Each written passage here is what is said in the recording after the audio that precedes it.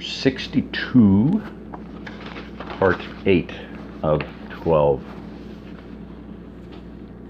It was deathly quiet at that moment. Mike consulted his notebook again. The next day it started raining again mid-morning. We'd only gone a couple of miles and we talked about going on, but the women were afraid that the kids might get sick if they got too wet and cold. We stopped and set up camp. It stopped raining in the afternoon, but we decided to stay put until morning. It was very cool the next morning and we all felt great with brisk air and extra rest. We'd gone 7 miles by lunch and I felt like we were going to make some good time. Right after lunch, the kids' wagon broke. One of the front wheels just fell off and the wagon tipped over. The kids tumbled out and started crying from the surprise. Luckily, none of them were really hurt. We tried to fix it for almost an hour, but with no tools to speak of, it was hopeless. We'd been lightening our packs by putting stuff on Dad's cart as we ate the food, and there was room. We could have taken the extra stuff off and let the kids ride on it, but since it was a flatbed, there was no way to keep them from falling off if they fell asleep or lost their balance. We tried to adapt the stake sides to the big cart, but again, without any tools, we couldn't make it work. We took them with us, though, just in case we could figure something out. The 2 bigger kids would have to walk or be carried, and there was no other choice but to carry Haley. Since everyone else had a pack, Mom insisted on carrying her.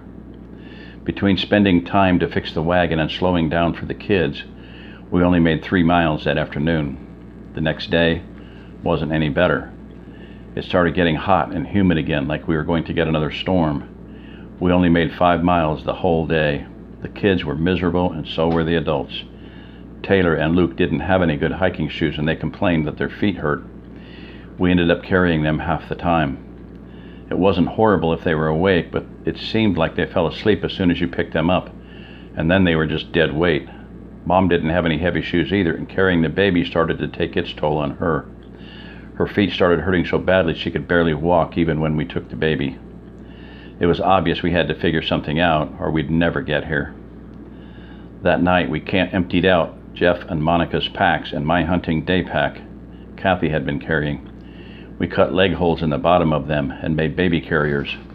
We had to load the cart down pretty good with the stuff that had been in the packs.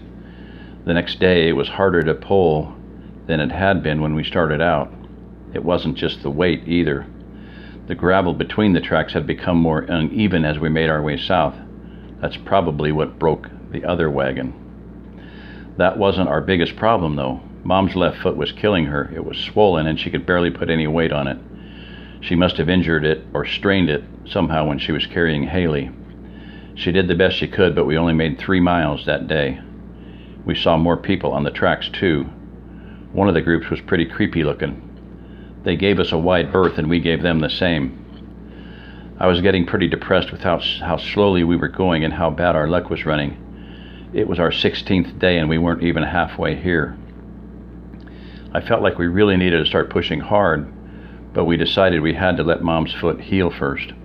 I was afraid we might run into a group looking for trouble. The last thing we needed was to get into a shootout with a bunch like the ones who had burned our houses. We talked about it and thought we might try moving at night and resting during the day. We figured most groups were doing the opposite, like we had been, and this would be safer. In the morning, Mom's foot was still swollen. We moved camp to a more secluded location under some big oak trees. Everyone spent most of the day trying to sleep or to get ready for traveling at night. The exception was the kids. We tried to keep them up and entertained during the day so they'd sleep all night. By dark, Mom's foot was a little better. She said she could go, but we decided to give it one more day of rest.